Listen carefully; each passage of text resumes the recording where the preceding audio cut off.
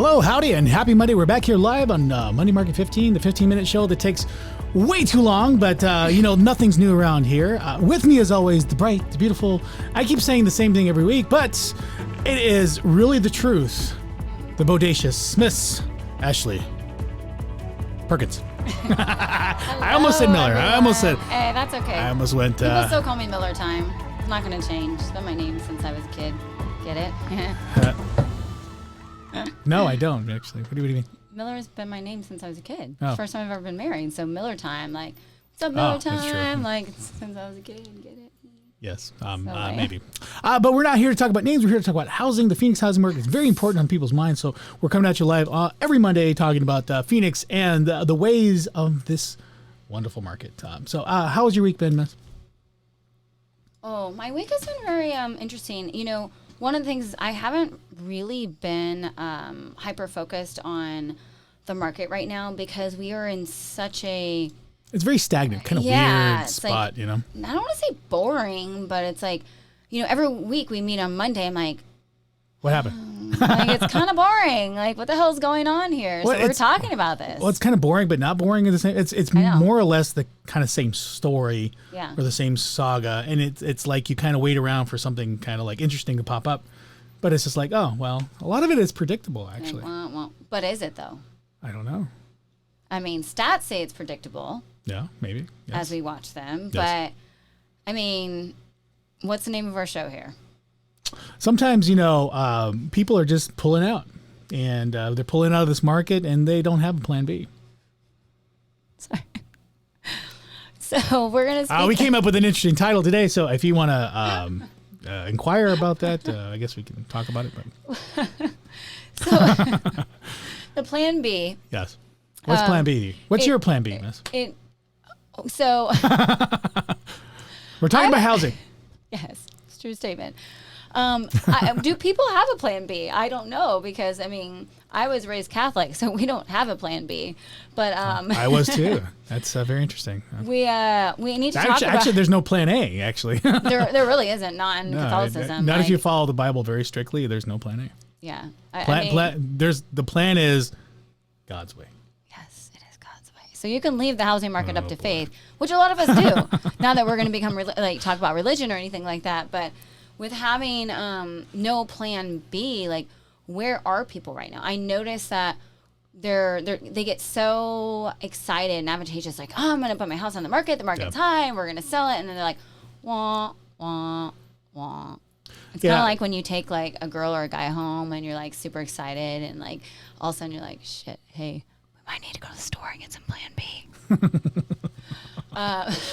There's a lot of double entendres today. We apologize profusely, but not really. But you always have to have a plan B. Yeah, so really the housing market right now is just somewhat stagnant. There's kind of a divergence in the force, Miss. We have buyers and sellers both pulling out equally.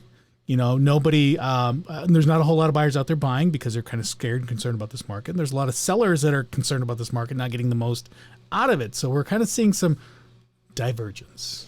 Well, I want to talk when you said not getting the most out of it. So with that being said, I have a couple of theories on not getting the most out of it. Okay. Some of it could have to do with the agent that is representing them. Sure. Are they creating this false reality of what they could actually get out of their home? Are we talking about 72 sold again? Ouch.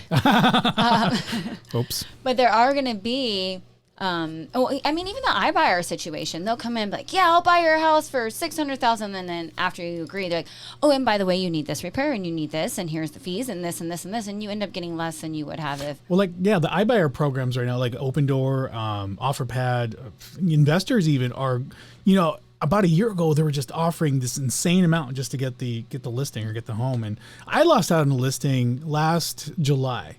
They offered her, I was comping the house around $400,000. They offered her $460,000. And I'm like, how are they doing that? I think they eventually, was that Zillow? No, it was Open Door. Okay.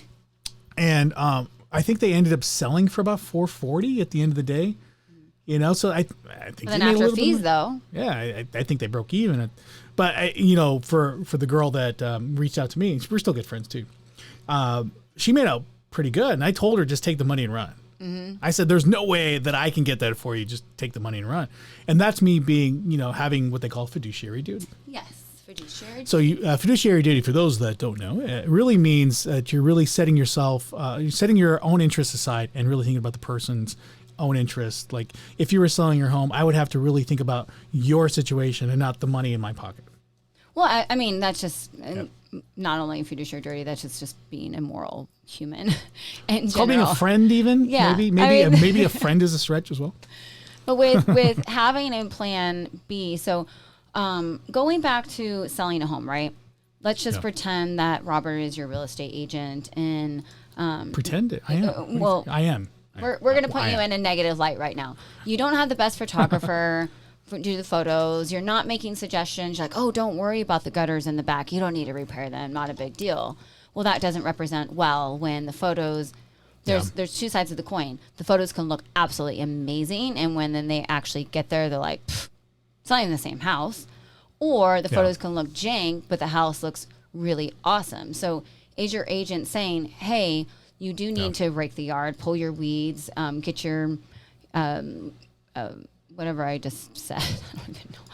Do your repairs. Do your proper repairs, because the back to the 5 proper Ps preparation prevents poor performance. I forgot all the P's.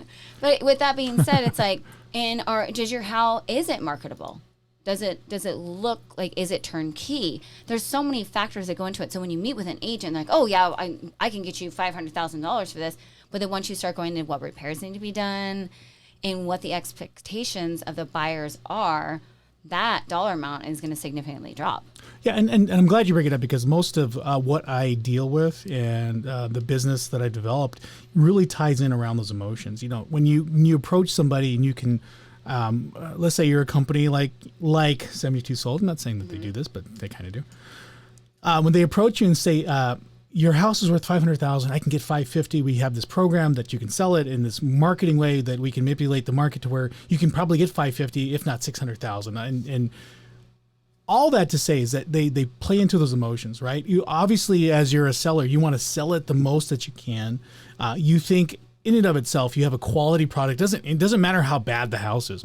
You believe that your house is quality because you live in it and it's yours. And even from an outside perspective, it's really not the best, but you believe it and you feel it.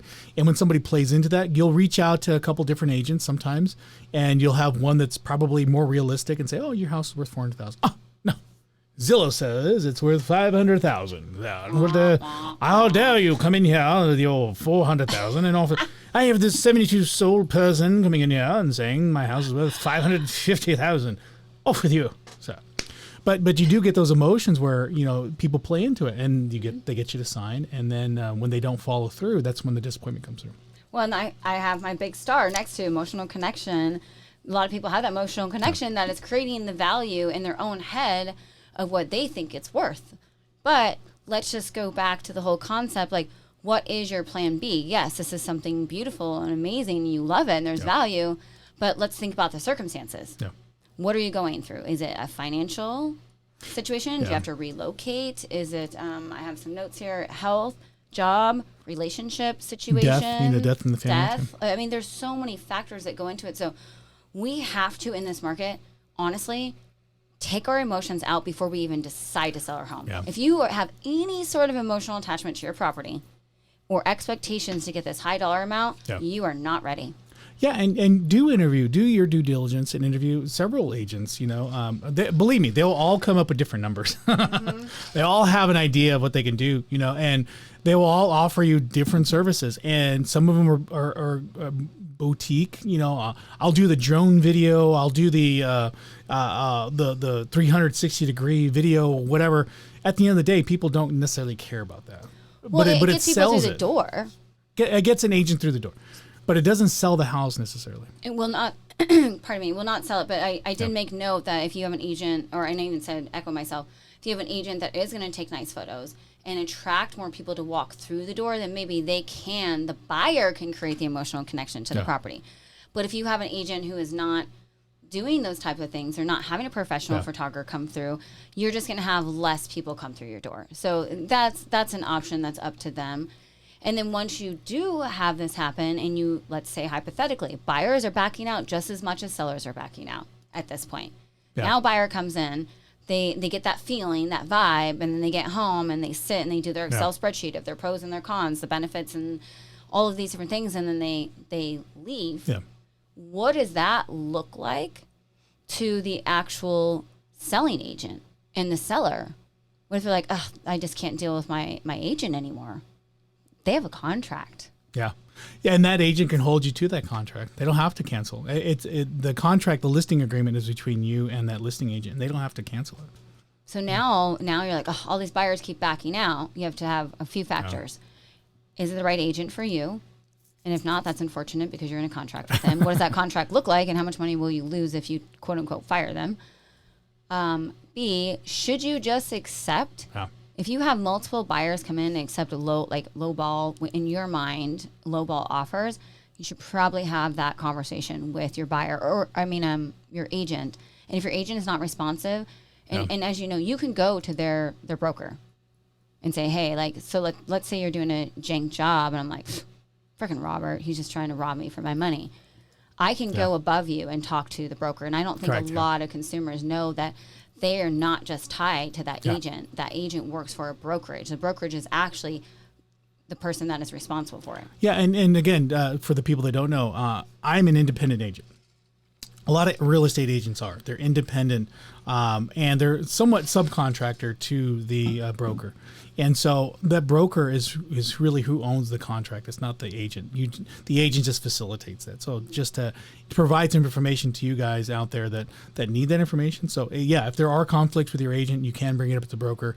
And if he's not willing to cancel it or cancel the listing agreement, just definitely go to the broker to have that conversation with, because the brokerage is really who owns the contract anyway. Well, and a lot of agents can be very snarky, and they can be very controlling of the situation. What do you mean, snarky, Dale? What do you mean now? Don't you know what you're talking about? Especially if they're from 72 Sold. But now we're talking about that.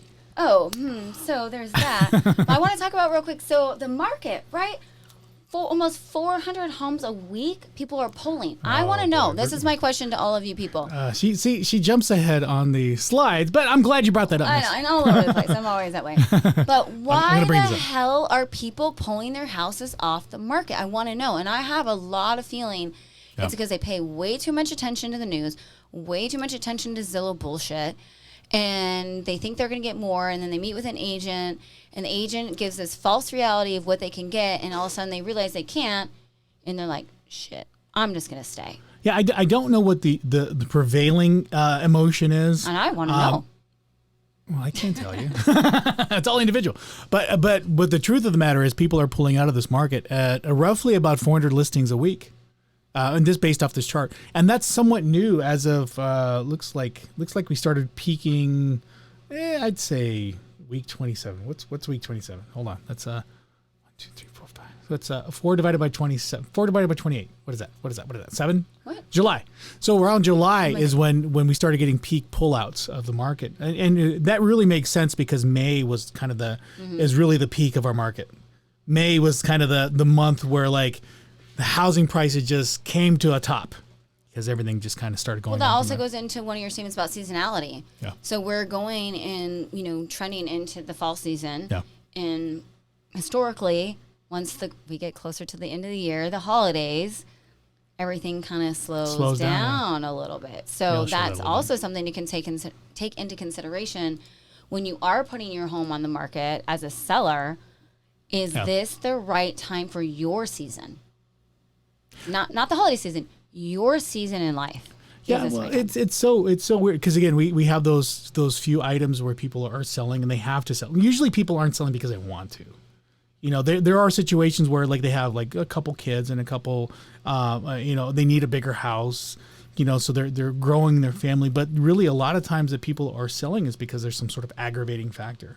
Job change or death or sickness or something. They have to either pull down like if their parents are elderly and they have to sell the house because they need to downsize, they need to get a smaller house, or a single level because they have health issues per se. Well, I have some cheaper alternatives. Growing your family, bunk beds are way cheaper. If you have a 2-story and somebody's elderly, I'm pretty sure you can get one of those chair lifts that goes upstairs. Oh, you like chairlifts? I think they're kind of cool. Like, I don't know. Last time I saw a chairlift was in Gremlins. And that didn't work out so well for her. I freaking love that movie, by the way. That's like a total, like, my genre growing up. But there is a plan B, you guys, to this with the growing family or the elderly folks, or, you want to downsize, and you really have to take that consideration. Is selling my home to downsize with interest rates the way they are, what type of cash am I getting back? What am I paying my agent? How long is it going to be on the market? Or should I just rent my big ass house? That could be an alternative. And rents are being affected too. Well, so right now rents are having an impact just as much as the housing market is. I don't know where people are going. I mean, we had so many people coming in. I don't know. Robert Edwards says, coming from a family where realtors, the sellers usually deemed to think their homes were worth more than what their realtor advising them. Yeah. I mean, that's pretty common with everybody. I don't think I've come across a situation. And I think a lot of people go to that Zillow, go to that Redfin. I don't see those prices as big as they were, about a year ago. I think a lot of like Zillow is undervalued now, which is kind of weird because they were overvaluing houses about a year ago. I think if there was a website to go to, and this is for you guys out there, I like Redfin. I do too. I think they're pretty fair regarding their home estimations or valuations. Trulia is owned by Zillow, so I mean, you kind of do that. And then I think Realtor.com is probably the second best, but I think they undervalue too. I have a really good idea. Uh-oh. Call a real estate agent. Or you can call an agent, or call several. I mean, it doesn't have to be just one. Have a kind of a smorgasbord, maybe a charcuterie board of realtors, because I will tell you right now, there's so many agents out there that need business. I have been bombarded by, just about everybody looking for business right now.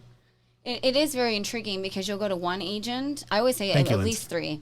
One agent, get an opinion, another agent, get an opinion, another agent, get an opinion. Will they bombard you afterwards? Hopefully not. Hopefully, oh my God, the text messages, the emails. I'm sure. Oh my gosh! So don't go online and inquire. Like, don't go to Zillow and be like, I want to talk to a live agent. Your phone is gonna blow the F up. Don't do it. Yeah. Do not do it. There's 78,000 real estate agents in the state of Arizona. Something like that. Yeah. In that range, I am pretty sure your neighbor's friend's sister's cousin is probably an agent. You can find one. Well, at least somebody with a couple years experience. I wouldn't necessarily just pick your cousin that just got her license 6 months ago. Right. I mean, I don't want to disparage anybody because everybody has to start from somewhere. Especially if they're on a team, if they have support, why not get their opinion about things? But hopefully, whatever opinion you receive, it's well informed. And set expectations with the real estate agents and let them know, hey, I'm interviewing. Because you are interviewing agents. You're hiring them. You're paying them to sell your house. Yeah. I'm interviewing 3 agents. I will get back to you.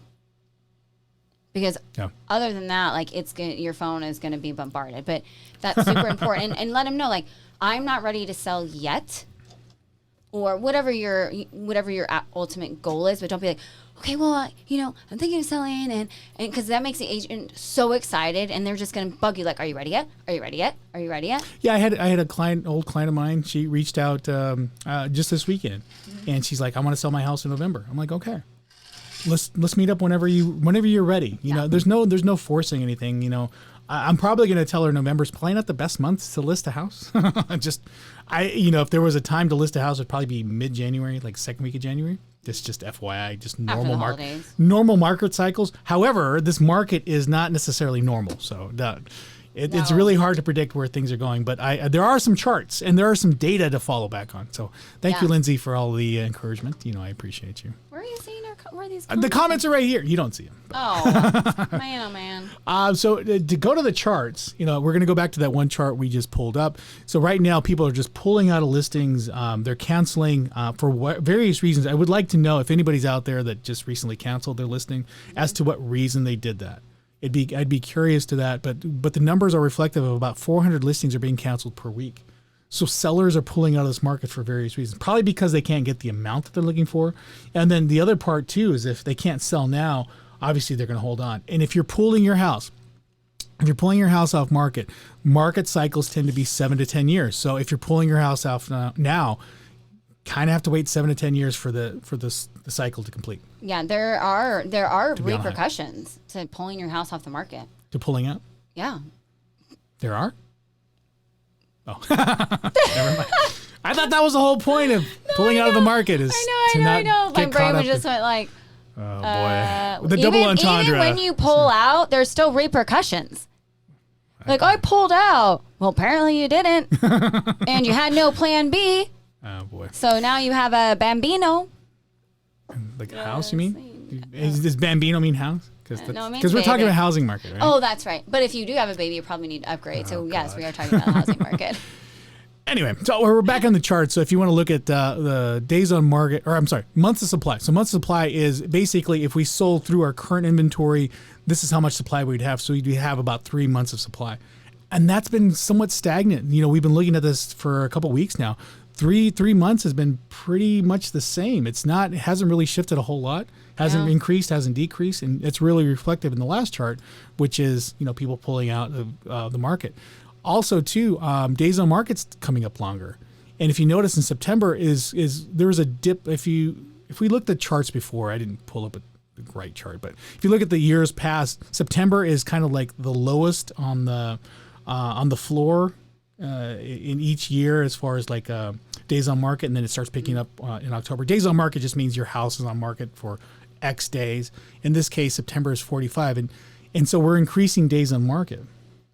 So with that number, typically homes that are in over $1 million, that's average to have your house on the market for a longer period of time. I would say if the higher price ones tend to be on market just a little bit longer. But if your house is in the normal range, the average range around 500,000, 45 days right now is consistent. But if it goes beyond 45 days, chances are your house is overpriced. It's overpriced. It might need repairs. Like somebody might observe something. They're like, that seems like it's going to be a lot of work. And that's where those feedback forms come from. So if your agent is active in selling your house, one thing that you can pull from is from showings. Doing open houses is a good reason for that. So you get a lot of feedback on regards to the emotions of the house. Remember, selling a house is about emotions. It has nothing to do about selling the house. Mm-hmm. Does somebody feel connected to the house? Do they feel that they can live there? Because again, buying a house is really buying a dream. I mean, you grow up. American dream. You grow up, being told like, hey, you need to find the right girl. Got to find the right girl. You got to buy the right car. And then ultimately you got to buy that house with a white picket fence. Ashley has her white picket fence. No, I don't actually need one. So if anybody's available to help get one. She's looking for a contractor. Any Mexicans out there besides me? Yeah. He's taken. But it oh boy. Anyway, the 45 days in market. If it's after that, so if it's after that, there's obviously something going on. I love your advice, a feedback form. Yeah. So if you're not choosing Robert, then whomever agent you decide, tell them I want feedback. Put out a form, give pencils, or hopefully your agent might have an iPad where they can write in it, or something to let you know that, hey, I really love this, but man, thinking about getting all that carpet torn out because my kids have allergies and we have dogs, like that's like another $5,000 on my bill, and then there's ways around that too. Right. I mean, there's you can offer compensation for that too. We're getting back into an environment where we have to be a little bit strategic on selling a house. Exactly. And we just can't like list it and expect we're going to get 50 offers like we did before. We're not. We're barely even getting people to show up. Yeah. We just listed a house. We dropped it about 20,000. One of the houses I've listed, we've dropped to 20,000. Finally got 2 people to show up. Yeah. It's only been on market 2 weeks. Dropped to 20,000. Got 2 people to show up. So when you say you got 2 people to show up, and so you already dropped it, right? An agent brought their client. So to me, in my mind, it's like, all right, it's been on the market with only 2 weeks. It's dropped 20,000, but I'm the buyer. I'm going, in 2 weeks, it's already dropped 20,000. What's going on with it? Well, that's every house in the market. So that's the other thing that hopefully your agent, if you're on the other side, that they're saying, hey, this is happening in the market a lot lately. So there's a lot of things to kind of worry about, not necessarily the house. So if there is a seller out there that's worried about dropping their house too dramatically, you got to get ahead of this market. It's not calming down. I'll show you some more numbers. It is not stopping. Yeah. The trajectory of this market is not kind of in a positive light for sellers, and not even really buyers either. There's really nobody to really cater to. No, there literally isn't. We all, at the end of the day, just need to be. Yeah. I haven't said the F word on here in a while. Why? And I'm What'd not you going to say that? it. I was going to say fucking realistic. Oh boy. Like Could've seriously. said F-bomb, but- Like F-bomb realistic. But we need to, like, we've got to stop blaming our economy and our economy is kind of like crazy, but like if you're so emotionally attached to your home and you know it's over market and buyers aren't coming in and then you're blaming your agent or you're blaming somebody else, like be realistic. You can only sell your house for what somebody is willing to pay for it. And don't be surprised if your agent approaches you or tells you to list it or drop the price down below the rest of the market. Even if it's $1. Even $1 is an advantage above everybody else below the market average in your area. Like I've seen some of them where they're like $4,999,999. Oh, whenever I see that, that's overpriced. I can already tell you if they're doing the $499,999. But it's already overpriced. People put their search up to a certain dollar amount. So I've noticed like maybe my search is $450. They'll list the house for $449,999, just so it falls under that $450 mark. Yeah. So these are a lot of open conversations you need to have with your agent. The tough part is negotiating, especially, again, we're going back to the old school strategy of selling a house. It's a negotiation between trying to sell the house and trying to make the most amount of money for a seller. It is a fine line, because ultimately you do want to sell it. We're in an environment where it kind of has to sell quickly because rates are going up, and I'll show you that too. We're already running out of time, by the way. All we haven't even right, got to the other rates. chart. I don't even want to know about it. So what I wanted to show is the median sales price. So the median sale price since, if you look at May, has been going down. So we talk about May being the peak of our market right now. May was it. You're not getting any more money than May right now. With everything that we have and projected and the things that are coming up, May was it. If you were going to sell your house, you should have sold in May. Now you're subject to the market. Well, if you want to take out a HELOC on your house, probably should have done it in May. You might still be able to capitalize on that a little bit. I wouldn't necessarily say HELOCs are the best vehicle to leverage off of. But that might be their plan B if they need an addition or. If you don't want a Bambino, it'd be getting a HELOC could potentially be it. Oh, never mind. So what I did is I pulled a trajectory. So I looked at the average trajectory before the big cough, before COVID hit us. We're on an upward trajectory of about 3 to 5% year over year. Once we hit COVID, which is we're right about there, we took off in this market, right? So if you look at, let me get your face out of the way. If we look at this market, our average trend there, we could be falling back to this trend line. That trend line is about 375 median sales price, which is about a 25% correction. So if that's where we're going, that's probably where our floor is. So if you bought your house for $500,000, you're looking at about 375 resale value in nearly the next within the next year. So you just have to either sit on it or suck it up and sell it for a little bit less to get out of it before the market drops. Like I know my house is going to go down. I am a realistic person. Yeah. But I don't ever plan on selling my house. Yeah, and that's a majority of people out there. If you bought a second home, if you bought a rental property, if you bought investment properties, that's where you're going to be most impacted by. Those are the things to consider. If you're looking at or considering selling fairly soon, it should have been yesterday. You should have called an agent, called me, whatever. Called you. Got us out there, took the photos, put it on market today because next year is not really a place. And I'll show you some more data to kind of fall into that. But our trend line is showing about a 25% correction. However, you'll see kind of a plateauing, right? Mm-hmm. Right? Oh, yeah. You see that? Little plateau. You see that little plateau right there? That could be because of that number, because sellers are pulling out. So what I think we're having a divergence. You're having a pullback on buyers and you're having a pullback on sellers, that you're propping up these prices and the market is just stagnant. It's just flat. And I see that. I don't know how that's going to impact the next few months, but that's something to kind of watch out for right here on this little tiny flat line, that we're not getting new listings and the stuff that's coming up isn't the greatest quality. People aren't marketing it, but there's not a whole lot of listings coming up, and the people that we're selling are pulling back.